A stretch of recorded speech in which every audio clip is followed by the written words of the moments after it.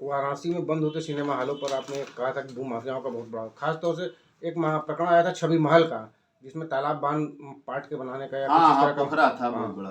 क्या है पूरा मामला, क्या अपडेट आया है उसमें अब तक? हम सब बता दे रहे हैं आपको। ये 28 सिनेमा हॉल है बनारस में जो बिक चुका है, खंडहर बन गया है, दारू खाना बन गया है। ये जरा देखिए तो, आप फोटो भी देखिए। ये प्रकाश सिनेमा है, एक नंबर का लुच्चा लफंगा लफाड़ी जवाहर सेठ, जो कभी आज से 42 साल पहले चंदौक से दो ब्लाडर में साइकिल पर लाद के दारू लाता था, खुफिया दारू पिलाता था, और उसकी माताजी और उसकी वाइफ, उसकी पूर्व वाइफ, ये लोग पकौड़ी छानती थी, पापड़ छनवाता था, ठर्रा बेचता था, उपेंद्र सिंह का पैग लगाता था ये आदमी। ये देखिए, ये सिनेमा हॉल को कब्रिस्तान बना दिया। वाराणसी का प्रकाश सिनेमा जनता का हृदय था, मरमस्थली था। लोग वहां जाते थे, एंजॉय भी करते थे। जाते थे तो सिनेमा एक बहाना था। बसंत बहार का लस्सी पी लो, मोती कैंटीन का खा लो, सरदार जी का जो है मुर्गा खा लो, बिरयानी खा लो, सब ये सब था। वहाँ एक बुक स्टॉल भी था। हम उस समय जाते थे, वहाँ से किताब उताब नंदन वंदन खरीदते थे जो बच्चों का होता था। ये कब्रिस्तान बना दिया। अब आप देख लीजिए, विजया सिनेमा, सरस्वती, पुष्पराज, टकसाल, फिल्मिस्तान, मुकुंद, प्रकाश, भागीरथी, ललिता, गुंजन, पद्मश्री, शिवम, साहू, दीपक, चित्रा, राधा, भगवती, नटराज सिनेमा, लक्ष्मी, जिसके पीछे नटराज सिनेमा को न बेचने के एवज में मुन्ना बजरंगी ने लक्ष्मण सेठ की हत्या की थी उसके घर में घुस के। लक्ष्मी सिनेमा, कुसुम सिनेमा, शिल्पी, सुशील, मजदा, यमुना यमुना और कामाक्षी, पुरुषोत्तम सिनेमा, छवि महल सिनेमा। ये इतना है। छवि महल सिनेमा के मालिक का नाम इस पे लिखा है, जिसको लाइसेंस जारी हुआ है, BSD मीडिया प्राइवेट लिमिटेड। हम अपने दर्शकों के सामने सारी बात रख रहा हूँ। हमारे नौजवान साथी हमेशा मेरा हौसला बुलंद करते हैं, बुजुर्गवार आशीर्वाद देते हैं, माता बहनों का भी मुझे आशीर्वाद मिलता है। ईश्वर का साया तो है ही है, और हमारे देश के लोकप्रिय प्रधानमंत्री नरेंद्र मोदी जी और हमारे योगी जी गोरखेपुर के हैं, हम भी गोरखेपुर का हूँ। तो इन लोगों से भी बड़ी प्रेरणा मिली, बहुत प्रेरणा मिली। अब ये नान जेड्डे यानी कि जम्मन 10 के ऊपर सारी जमीनें जो है जम्मन की हो जाती है, और नान जेड्डे ये देखिए, लेखपाल साहब ने देखिए बना के दिया है।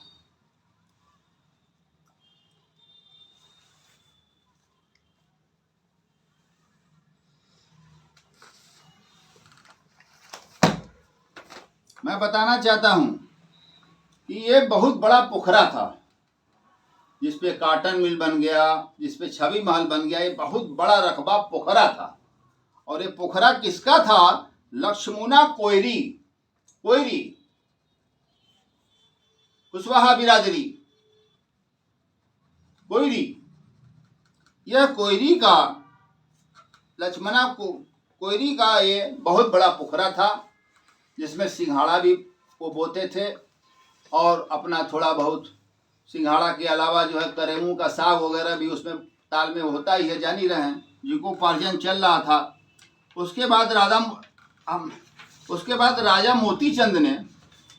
मोतीचंद वाराणसी ने उस कोयरी से वो पोखरा खरीद लिया, और खरीद कर अपने प्रभाव का बेजा इस्तेमाल करके भू माफियाओं से हाथ मिलाकर, जिसमें एक नाम जितेंद्र सिंह भी है, यह भी पोखरा पाटा है, वहां का मोच रख के चलता है, तो ये भी है, और आपराधिक गतिविधियों में लिप्त रहता है। ये बकरिया कुंड पाट के पूरा मुसलमानों को बेच दिया, 200 प्लाट। इसने यहां पोखरा पाट कर 100 प्लाट मुसलमानों को बेच दिया। क्या मजाल है किसी हिंदू को मिल जाए। गोलगड्ढा पर पेट्रोल टंकी के पीछे 26 बिस्सा जमीन प्लाटिंग करके मुसलमानों को बेच दिया। ठीक है, अब मैं आपको बताना चाहता हूं कि इसके बाद सबूत के तौर पर दे रहा हूं, इसके बाद ये 1922 से 1927 तक भवन संख्या मकान नंबर जे 26/58 इससे तमाम में जुमला भी निकला, नंबर बढ़ते गए लेकिन मूल नंबर यही है। अब इसमें देखिए 1922 से 27 तक किसका नाम है। ये वाराणसी नगर निगम वाराणसी का द्वारा जारी किए गए असेसमेंट रजिस्टर की पक्की नकल है। इसमें देखिए सीधा लिखा है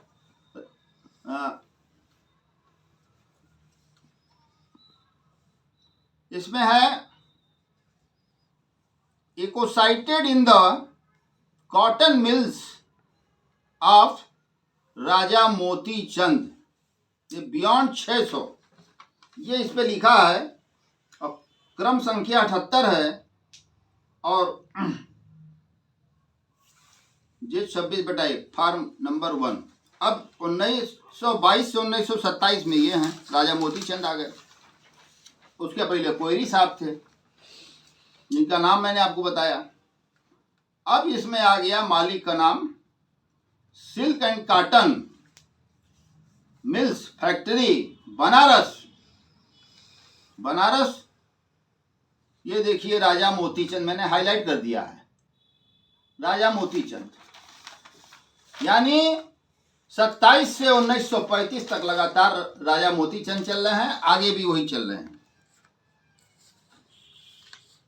ये हमारे दर्शकों को ठीक से दिखाइए। अब 1935 से 1940 का असेसमेंट रजिस्टर आइए। 1935 से 1940, 1935-1940 में भी cotton and silk mills factory of Raja Moti Chandra Banaras,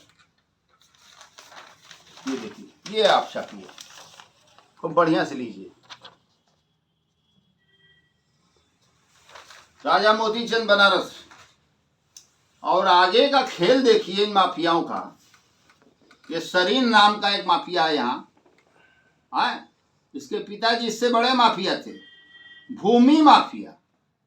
है, कितना रुपया जमीन में गाड़ के सोना ईटा रखे हैं सोने का, कुछ पता नहीं है किसी को, न किसी को कोई मतलब है। काटते जाओ और देते जाओ, बसाते जाओ, भाई मुसलमानों को बसाते जाओ, हमको थोड़ी मिलेगा। अब देखिए आगे लिख रहे हैं, ये लगाए गए कर का विवरण यदि कोई पुनरावृत्ति अपील हुई हो तो उसका परिणाम, तो ये लिख रहे हैं फट गया है। क्या फट गया है भैया? सिलेंडर फट गया है, बम फट गया है, क्या फट गया है? इस पे कुछ लिखना चाहिए ना, फट गया है,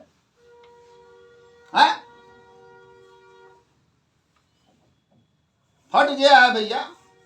ये नगर निगम है नाम नगर निगम, वैसे है नरक निगम। गरीब जो है ठोकर खाते खाते खाते खाते एक दिन दम तोड़ देता है, उसका जमीन उसको नहीं मिलता है। अब ये देखिए 1940 से 1945 में कौन था, मैं हुजूर को वो भी दिखाना चाह रहा हूं। ये देखिए पक्की नकल है भाई, ऐसी वजह से थोड़ा देर हो रहा था।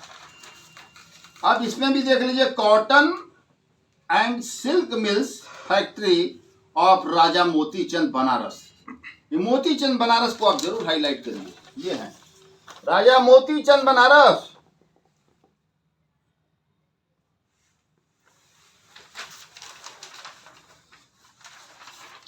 अब 1945 से 1951 में कौन था मालिक? Cotton silk mills factory of Raja Motichand Banaras. तो ये सरीन कहां से आ गया? संजय सरीन आ गया, तो फलाने सरीन आ गए, तो ढेकाने सरीन आ गए, तो जितेंद्र सिंह मोछू आ गए। एक बार गोली खाया था, बच गया था, अनिल सिंह मरवाया था। अब लूट लो, पूरा बकरिया कुंड पाटे पाटे और जितेंद्र सिंह देखूंगा तुम्हें कानूनी तरीके से। मोछ वाले ऐसे भी मुझे अच्छे नहीं लगते। मोछ वाले देखिए ना एक ठो कैसे कैसे लोग गए। चमेली का तेल की जगह साले जो है पोतते हो जो है, हा? अब देखिए सर 1951 से 1959 के बीच में मालिक का नाम व पता और यदि कोई प्रतिनिधि एजेंट हो तो उसका भी नाम व पता। मालिक का नाम cotton and silk factory mills Raja Moti Chand जे 13/93। ये देखिए सर इस असेसमेंट रजिस्टर की नकल को honourable supreme court honourable high court तक तो मानती है, इसका मान्यता है। इसमें कहां सरीन है, इसमें कहां भसीन है, इसमें कहां जितेंद्र सिंह चढ़े हुए हैं। ये सब करते क्या हैं, ये सब एसडीएम को कोर्ट को मिला लेते हैं और आबादी डिक्लेयर करा लेते हैं, बंजर भूमि को पाट देते हैं, दिखाते सब आराजी है, ये लीजिए नोट, बस तुरंत ऑर्डर हो गया, आबादी हो गई। पोखरा पाट की आबादी कैसे बनाया जाएगा, इससे कुआं पाट की आबादी कैसे बनता है, इससे कल गंगा पाट के भी आबादी बनाने की बात हो सकती है। वरुणा को तो ये लोग ले ही चुके हैं। वरुणा नदी की लड़ाई भी मैं लड़ रहा हूं, कितनी सक्रिय हो गई है वरुणा। मजाक बना लिया। 200 मीटर के दायरे में जो है वरुणा नदी से कोई भी भवन बना नहीं सकता। और जवाहर सेठ का होटल भी, रमाडा होटल भी, जेबी माल, ये सब भानु जायसवाल का माल, ये सब जितने हैं, ये सब जितने होटल इस सब 200 मीटर के दायरे में है। और जब प्राधिकरण ने गिराने के लिए गए, पूरी टीम गई, कई जेसीबी गई, तो एक हमारे माननीय मंत्री जी के हस्तक्षेप से, माननीय मंत्री जी के हस्तक्षेप से, और माननीय मंत्री जी ने वो राजीव खन्ना की, राजेश खन्ना कोई थे, मंत्री थे कैबिनेट, सुरेश खन्ना साहब थे, माननीय सुरेश खन्ना साहब से बात करा दिया उपाध्यक्ष साहब का। माननीय मंत्री जी ने वो ठंडे हो गए। ठीक है, उसमें जो गरीब हैं हम समर्थन करते हैं, उनको सरकार प्रशासन कहीं बसा दे, लेकिन जो बड़े बड़े लोग हैं, जो अरबपति हैं, जिनका बड़ा बड़ा होटल माल चल रहा है, उसको तो गिरवा दें। ये सारा कानून हमारे ही ऊपर लागू होगा।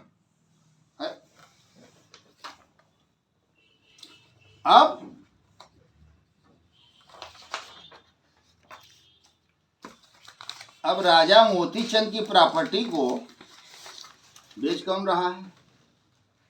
सरीन के सरीन के दादा बेचे, सम सरीन, उसके बाद उनके पिताजी बेचे, अब ये बेटा जी बेच रहे हैं। इतना माल है।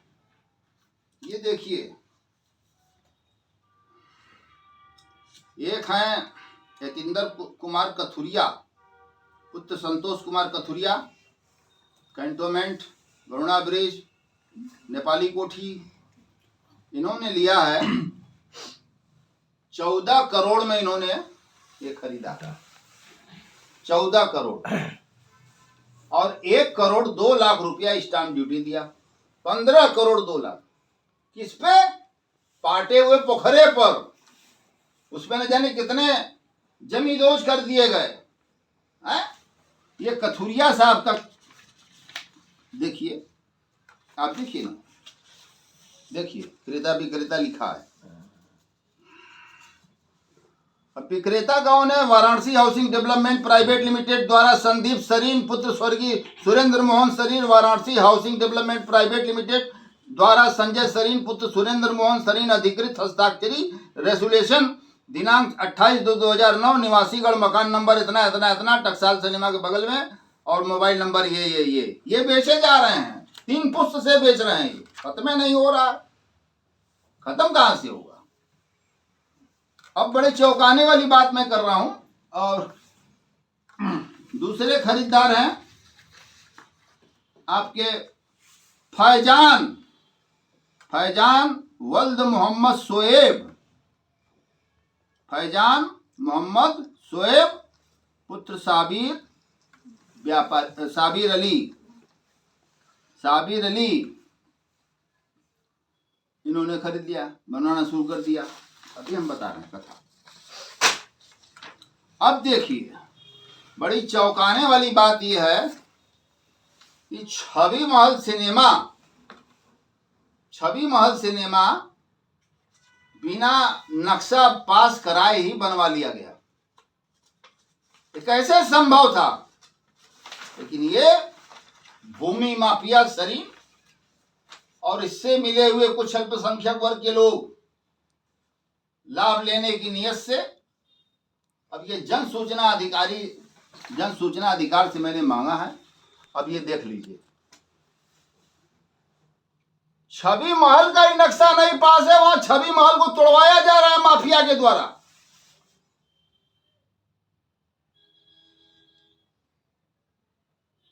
छवि महल का ही, पुराने छवि महल का नक्शा नहीं पास है, नए छवि महल का जो तोड़ा जा रहा है उसका कोई एनओसी नहीं है, नो ऑब्जेक्शन सर्टिफिकेट मनोरंजन कर अधिकारी ने नहीं दिया है, बीडीए ने नहीं दिया है, नगर निगम किसी ने नहीं दिया, अग्निशमन ने नहीं दिया है, पीडब्ल्यूडी ने नहीं दिया है न्यू कंस्ट्रक्शन के तहत। तो ये जो तोड़वा रहे हैं सिनेमा हॉल को, और उस ऐसे सिनेमा हॉल को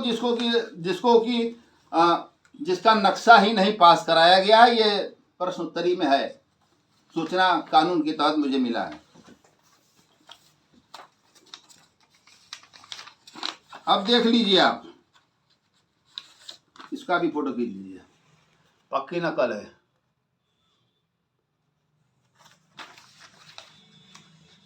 राजा मोती चंद लुट गए और लक्ष्मणा कोयरी बेचारा सिंघाड़ा बोने से वंचित हो गया। कितना टन सिंघाड़ा उसी में दबा दिया गया। आज भी सिंघाड़ा तो नहीं मिलेगा, लेकिन सिंघाड़े का कांटा जरूर मिलेगा और उसका छिलका भी मिलेगा अगर इसको खनवाया जाएगा।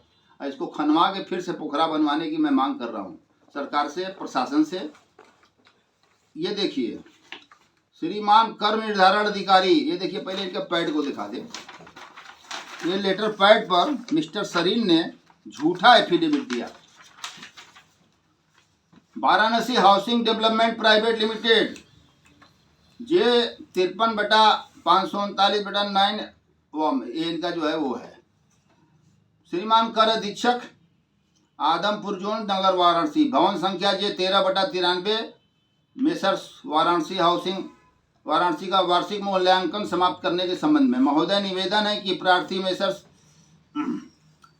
वाराणसी हाउसिंग डेवलपमेंट वाराणसी संख्या जे 13/93 भवन पर नाम अंकित आ रहा है, जो कि पूर्व में हो। उपरोक्त भवन संख्या वर्षों पहले ही संपूर्ण बिक्री मेरे द्वारा की जा चुकी है। संपूर्ण बिक्री इनके द्वारा की जा चुकी है। अब इसका कोई भी हिस्सा मेरे पास नहीं है। जो टैक्स आ रहा है वो गलत आ रहा है। अतः प्रार्थी को निवेदन है कि भवन संख्या जे 13/93 पर अंकित नाम messrs Varanasi housing development Varanasi व अंकित मूल्य निरस्त किया जाए। प्रार्थी इसके लिए सदैव आपका आभारी रहेगा। तो इनका नाम निरस्त करने की इन्होंने मांग किया, निरस्त नहीं हुआ, या निरस्त जब नाम हो गया, ये इसका एफिडेविट है। इसने साफ कहा है अपने एफिडेविट में कि कोई भी रकबा मेरा जो है बाकी नहीं। 2010 में 24/4/2010 का ये लेटर है। श्रीमान कर निर्धारण अधिकारी का ये पक्की नकल है। और इन्होंने साफ कह दिया है कि 2003 में सब विक्रय कर दिया मैंने। बचा हुआ पार्ट 2003 में विक्रय कर दिया, कोई अंश भाग नहीं है, यानी उसका वजूद 2003 में पूरी तरह समाप्त हो गया। तो जब पूरी तरह समाप्त हो गया 2003 में, तो कैसे तुमने 2024 और 23 में बेचा है, 22 में बेचा है, कैसे बेचा है और किनको बेचा है वो बताना चाहता हूँ। इनको भी बेनकाब करना चाहता हूँ। इन्होंने बेचा है मोहम्मद हारून, मोहम्मद आफ्ताब, हाजी अब्बास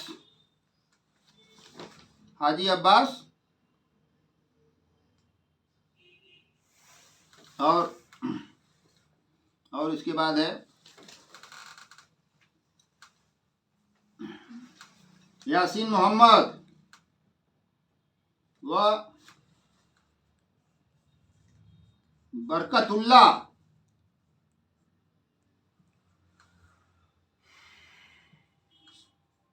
शाह मोहम्मद खान, सुभानुल्लाह,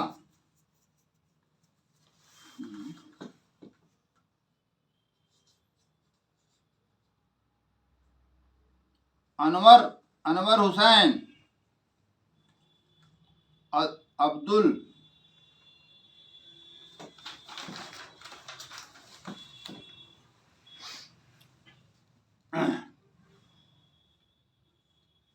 मुजफ्फर हुसैन।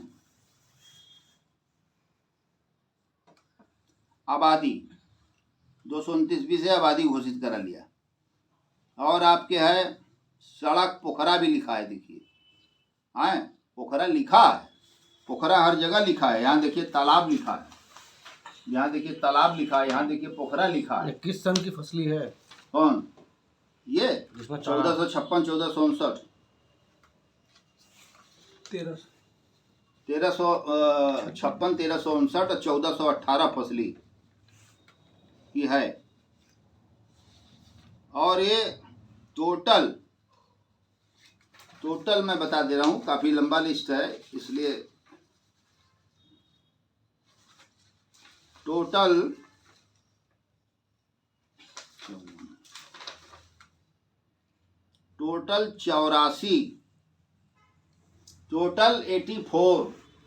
84 मुसलमानों को ये पोखरा बंजर सब मिला के अब बेच दिया गया। 84 मुसलमानों को, 84। अब जब इसमें बस अब गाड़ी को विराम ही देने वाले हैं। ये भी देखिए पुरानी रजिस्ट्री है। तो राजा मोती चंद गायब हो गए और लक्ष्मणा कोयरी गायब हो गए। जबरदस्ती सब काम हो गया। एक दो नहीं, देखिए तमाम रजिस्ट्री है। इनका नाम कैसे आपको गायब दिखा हुआ? दे रहा हूँ, तमाम रजिस्ट्रियां हैं। धंधा आज से नहीं, पिछले 30 साल से चालू है। ये देखिए वाराणसी हाउसिंग बेचने वाले हैं श्रीमती अफरोज जहां, इन्होंने खरीदा है। श्रीमती अफरोज जहां, पत्नी हाजी जुबैर अहमद, इनको बेचे हैं सुरेंद्र मोहन सरीन ने। और एक और रजिस्ट्री हुआ है जुबैर अहमद पुत्र मरहूम सुभान अली, सादुल्लापुरा बुनकर मार्केट, चौकाघाट।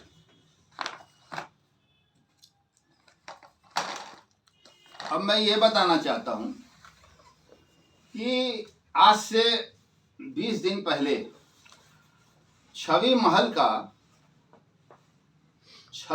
का बिकने की सूचना प्राप्त हुई कि तोड़ा जा रहा है। वहां के क्षेत्रीय लोगों ने हमें आकर बताया कि साहब कब्जा हो रहा है, वो तोड़ा जा रहा है, कोई परमिशन नहीं है, गुंडई किया जा रहा है। हमको कौन लिया है, क्या है, बताओगे? तो कहें साहब माफिया डॉन विनीत सिंह, जो एमएलसी भी हैं मिर्जापुर से, और उनका एक नौकर जो है वो जिला पंचायत का अध्यक्ष भी है। जिला पंचायत का अध्यक्ष जीतने के लिए 50 करोड़ रुपया लगता है, और वही हाल इसका भी है, एमएलसी का भी। तो मैंने तड़ाक से विनीत सिंह को फोन लगाया। मैंने उनसे पूछा कि एमएलसी साहब ये बताइए, ये आप छवि महल को आपने खरीदा है क्या? ऐसी पूरी चर्चा है बनारस में कि आपने खरीद लिया है और उसको तोड़वाने जा रहे हैं। तो कहे नहीं जी, मैं खरीदना चाहता था, लेकिन संजय सरीन ने बहुत ऊंचा रेट लगाया। तो जब ऊंचा रेट मैंने देखा तो मैं पीछे हट गया, मैं छवि महल नहीं लिया। तो हमने कहा कोई बात नहीं, आपने नहीं लिया तो कोई बात नहीं, पूछना मेरा धर्म था। मैंने इस पर इंटरव्यू पिछले दिन दिया। जब इंटरव्यू दिया और तब जो है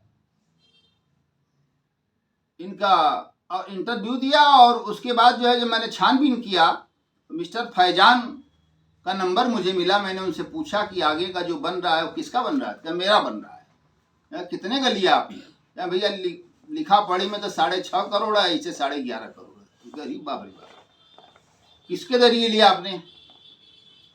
किसके जरिए लिया? तो कहें भैया हम लिए, MLC साहब के जरिए लिए, विनीत सिंह के जरिए लिए, और उसमें एक मेरा इमरान करके एक दलाल था, मिर्जापुर में रहता है, उन्हीं के साथ वही दिलवाया सारे मुसलमानों को। अच्छा, तो जैसे ही विनीत सिंह को उससे फोन कटा है, तुरंत 3 मिनट में विनीत सिंह का फोन आ गया। कह रहे भैया आप कहीं फोन किए थे फैजान को? हम कहा किए थे, पूछने के लिए। वो कहें कि अरे भाई वो सब मेरे आदमी हैं। हमने कहा मुसलमान जितने हैं सब आपके आदमी हैं? इस सरकार में आप ऐसी बात कर रहे हैं? जो हिंदू हित की बात करेगा वही देश पर राज करेगा, और आप जो है मुस्लिम हित देख रहे हैं पैसा के चक्कर में, गड्डी तहाने के चक्कर में। बाबू विनीत सिंह कितना कमाएंगे आप? कितने भूखे हैं आप? चलिए RBI मुगल सराय में आपको बैठा दें, कुल खा लीजिए नोट, गड्डी वहां छप रहा है, बोरा भर लीजिए, आपको क्या दिक्कत है? विनीत सिंह ने कहा कि अरे नहीं जी, ऐसा है कि आपको पीछे हटना पड़ेगा, और जैसे जो कहिए हम करने को तैयार हैं, हम करवाने को तैयार उन लोगों से। हमने कहा बढ़े हुए कदम पीछे नहीं होते हैं। कहे नहीं तो फिर ये बात तो अच्छी नहीं है। हम कहे नहीं अच्छी है। वो कहें आपको इस समय क्या मिलता है? हम कहे वही जो आप नोट लूटने, डकैती डालने में, और 3.5 साल के बच्चे का आपने अपहरण कराया था, हाजी जुबैर मदनपुरा। इस 3.5 साल के बच्चे को बताइए 15 दिन कैद में रखा था, कैसे जिया होगा बिना माँ के दूध पिए? कैसे जिया होगा बिना माँ का दूध पिए? बिहार में रखा था। 3.5 करोड़ रुपया DIG कॉलोनी में लेन देन हुआ है, हमें सब पता है। दिया कौन, लिया कौन, कौन दिलवाया, सब मालूम है। 10 करोड़ मांगते मांगते 3.5 करोड़ में डील तय हुई। ये आज 35 साल की बात है, 30-32 साल की बात है। इतना क्रूएल्ड पर्सन लगे उड़ने। तुमको भाजपा ने यह चेतावनी देकर ज्वाइन कराया था कि कोई गुंडाई नहीं करोगे, कोई लूटपाट नहीं करोगे, और हिंदू हित की बात करोगे, सनातन की बात करोगे। ये शपथ दिलाया था, और ये मुसलमानों की हित देख रहा है केवल पैसा लूटने के लिए। बारे विनीत सिंह, तुम्हारे से चवन्निया गुंडों को मैं बहुत देखा हूं। 50 गाड़ी चलने से शेर नहीं हो जाएगा तू। गीदड़ का खाल ओढ़ के शेर मत बन। देखिए मैं हूं शेर, मैं शेर हूं। मेरी आवाज में देख कितनी दम है।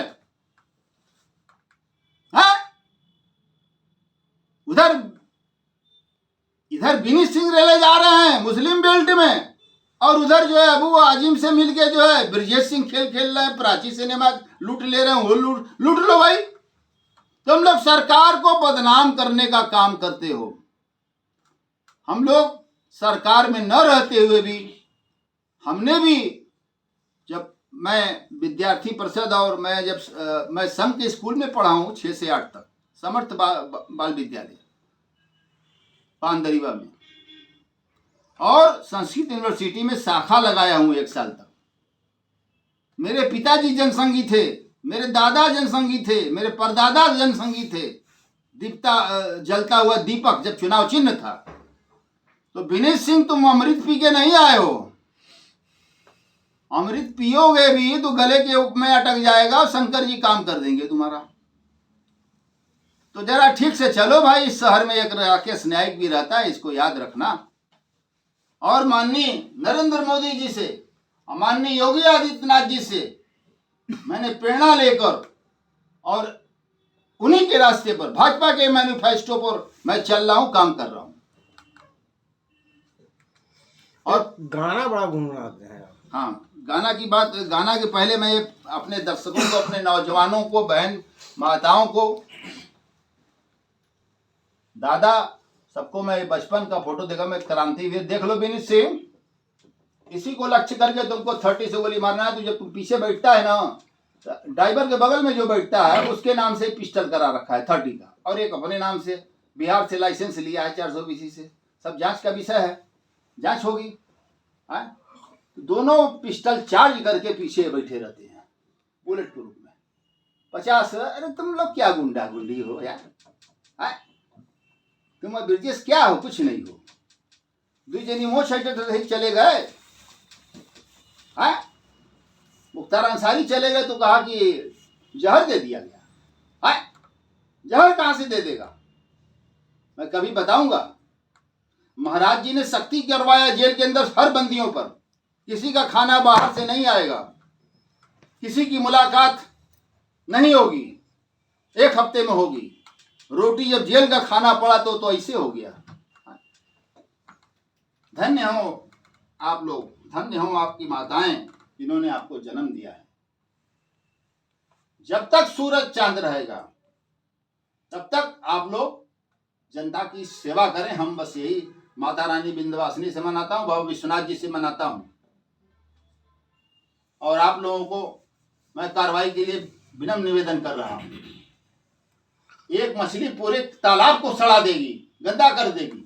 तो क्या इस मामले में लिखा पढ़ी भी करेंगे? बिल्कुल करेंगे, क्यों नहीं करेंगे। हत्याओं की धमकी दिया जा रहा है हमको, घर उड़ाने की डायनामाइट से धमकी दिया जा रहा है, मैं बर्दाश्त करूंगा क्या? मैं लिखा पढ़ी भी ना करूं, बोलूं भी नहीं? तो ये सब हमारी कीर्तियां, न्यायिक तेरा दासमा, सारे माफियाओं का इसमें मैंने उल्लेख किया है, भ्रष्ट राजनीतिज्ञों का भी किया है। न्यायिक तेरा दासमा सत्य घटनाओं पर आधारित डॉक्यूमेंट्री है ये। मेरी लेटेस्ट किताब भारतीय लोकतंत्र, राजनीति और आतंकवाद। जब संसद भवन पर हमला हुआ आतंकवादियों का, तब मैं बड़ा विचलित हुआ कि गुरु अफजल ने क्या ये करवा दिया। जब 5 घटनाएं हुई, श्रमजीवी लेके 6 घटनाएं बनारस में हुई, तो मैंने 6 बार PIL दाखिल किया हाई कोर्ट में।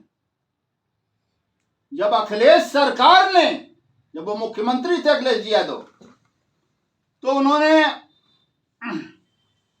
CRPC का 21 CRPC का उन्होंने सहारा लेते हुए 421 में आतंकवादी घटनाओं में शामिल, जो कचहरी में भी आतंकवादी वलीउल्लाह पकड़ाया था, मारा था, वो सबको बाइज्जत रिहा करने की बात कर दिया। यहाँ फैक्स आ गया DM साहब के पास, SSP साहब के पास आ गया। उन लोगों ने जवाब दिया कि ये मुकदमा में 100% सजा होने की चांसेज है, लिहाजा हम लोग इसकी संस्तुति नहीं करते हैं। फिर भी अगर शासन जो चाहे करे, हमें कोई आपत्ति नहीं है। हाई कोर्ट ने कहा कि आज आप रिहा कर रहे हो आतंकवादियों को, कल आप पद्मश्री भारत रत्न दे देना उनको। इतना बड़ा काम किया। हाई कोर्ट की इतनी आलोचनात्मक टिप्पणी माननीय जज द्वय ने किया। ये जेल अपराध है, inside jail, inside story, inside crime in jail, inside 376 in jail, inside 377 IPC in jail, inside story. ये मैंने लिखा। भारतीय चुनाव आयोग को लेकर तमाम तरह के आरोप लगते रहे, तो मैंने TN सेशन से प्रभावित होकर मैंने चुनाव आयोग और मुख्य चुनाव आयोग, तो मैंने एक किताब लिखा। ये मेरी कीर्तियां हैं, मरने के बाद भी ये कीर्तियां जिंदा रहेंगी।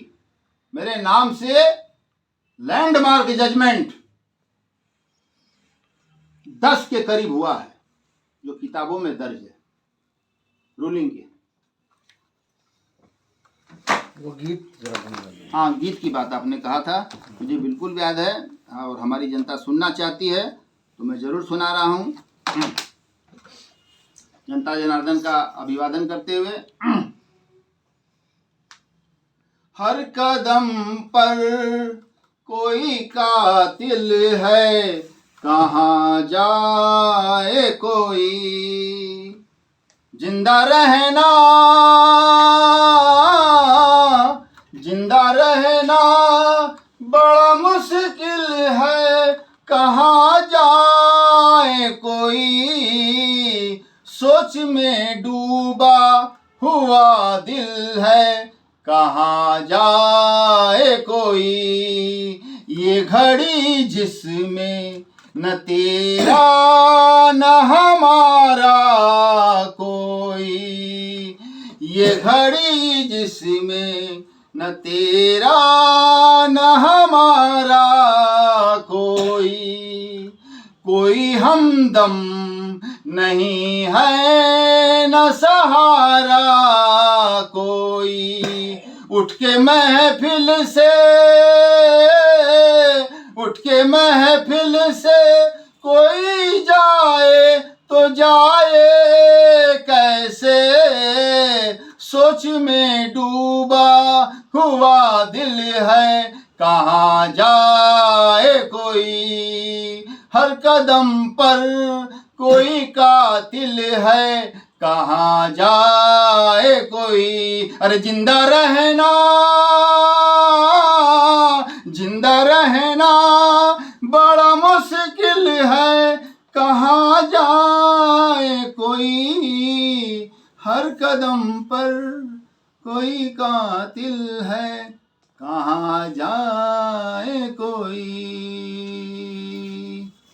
मैं अपनी वाणी को विराम देने से पहले अपने नौजवान साथियों, भारत की जनता, भारत के बुद्धिजीवी वर्ग, भारत के न्यायपालिका, मैं सबका आभार व्यक्त करता हूं।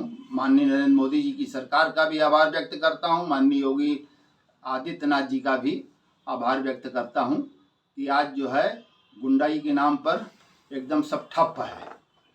गुंडा दिखाइए नहीं दे रहे हैं, तख्ती बांध के जेल चले जा रहे हैं।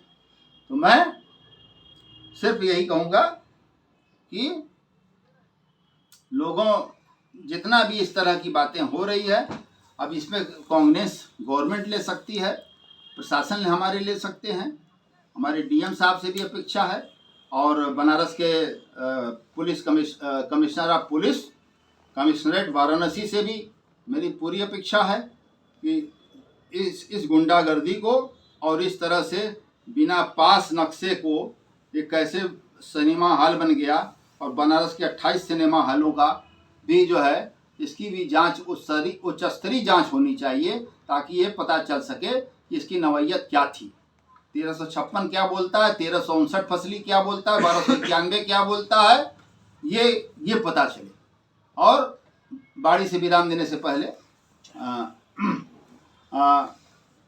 माननीय नरेंद्र मोदी जी जिंदाबाद, माननीय योगी आदित्यनाथ जी जिंदाबाद, माननीय अमित शाह जी जिंदाबाद, माननीय राजनाथ सिंह जी जिंदाबाद, और हमारे संविधान की जय हो, संविधान की जय हो, संविधान की जय हो। बाबा भीमराव अम्बेडकर जी अमर रहें, दीनदयाल उपाध्याय जी अमर रहें, दीनदयाल उपाध्याय जी अमर रहें, और आपके अबू कलाम आजाद साहब भी अमर रहें, महात्मा गांधी अमर रहें, सरदार लौह पुरुष सरदार वल्लभ भाई पटेल जी अमर रहें, और माननीय अटल बिहारी वाजपेयी जी अमर रहें। जय हिंद, जय हिंद, जय हिंद। सत्यमेव जयते, सत्यमेव जयते, सत्यमेव जयते।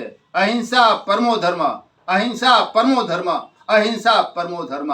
बहुत बहुत धन्यवाद आप लोगों का, बहुत बहुत जनता का मैं आभार व्यक्त करता हूं, जो हमारे ऊपर आशीर्वाद स्वरूप अपना हाथ जनता रखे रहती है, हौसला बढ़ाती है अपने विचारों से। मैं उनको सत नमन बारंबार प्रणाम करता हूं, जनता को सत नमन बारंबार प्रणाम। जय हिंद।